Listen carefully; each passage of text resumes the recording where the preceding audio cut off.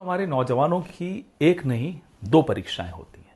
एक जो examination centre में होती है जिसके पेपर लीक हो जाते हैं, और दूसरी उसके पेशेंस की, उसके सब्र की, उसके हौसले की। और उस परीक्षा में वो फेल हो रहा है। सरकार बार बार उस पर यह परीक्षा थोप रही है, बार बार पेपर लीक थोप रही है। आईआईटी के 2 छात्रों ने आत्महत्या की तो सुप्रीम कोर्ट ने एक स्पेशल टास्क फोर्स का गठन करने को कहा। उस टास्क फोर्स ने 2,43,000 नौजवानों में एक सर्वे किया। 40% नौजवान चिंतित हैं इस बात को लेकर कि जो वो पढ़ाई कर रहे हैं, क्या उसके बाद उनकी नौकरी लगेगी, क्या वो सही पढ़ाई कर रहे हैं। 40% और हैं जो एंजाइटी और डिप्रेशन का शिकार हैं, और कारण अनेक हैं।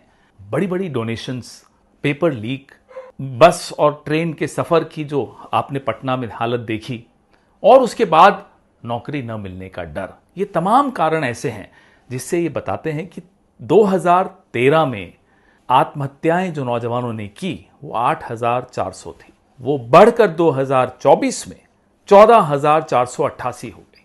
कोई भी सरकार, जब सरकार में पार्टी आती है, कोई भी पार्टी, कोई भी सरकार, वो उसका एक लक्ष्य होना चाहिए कि वो आत्महत्या के आंकड़ों को कम करे।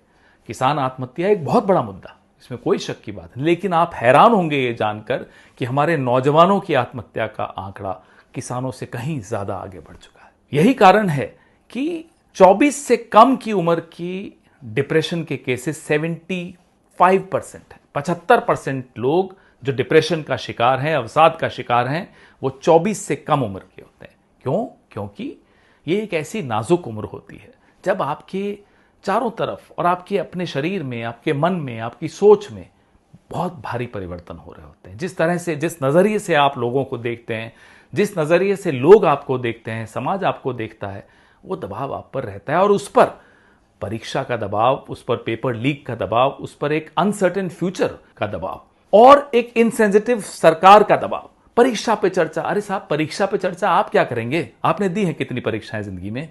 आप करिए पेपर लीक पर चर्चा, आप करिए डिप्रेशन, अवसाद, एंजाइटी पर चर्चा, आप करिए एक अनसर्टेन फ्यूचर जो नौजवानों को एक चिंता का एक सबब बन रहा है, उस पर चर्चा। छोड़िए ना परीक्षा पर चर्चा। राहुल गांधी और कांग्रेस पार्टी तो इस पर चुप नहीं बैठेगी। ये हमारे पॉलिटिकल एजेंडा का प्रमुख हिस्सा है और होना चाहिए, क्योंकि ये बहुत बड़ा मुद्दा है और ये पूरे समाज, पूरे आने वाली पीढ़ी का मुद्दा है। जो अंधकार हमारे नौजवानों के जीवन में दिख रहा है, उसको दूर करने के लिए हमें पहल लेनी होगी।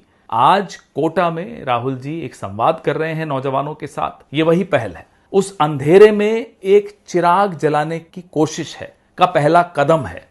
आइए सब इस संवाद में शामिल हों ताकि ये चिराग मशाल बन सके। जय हिंद।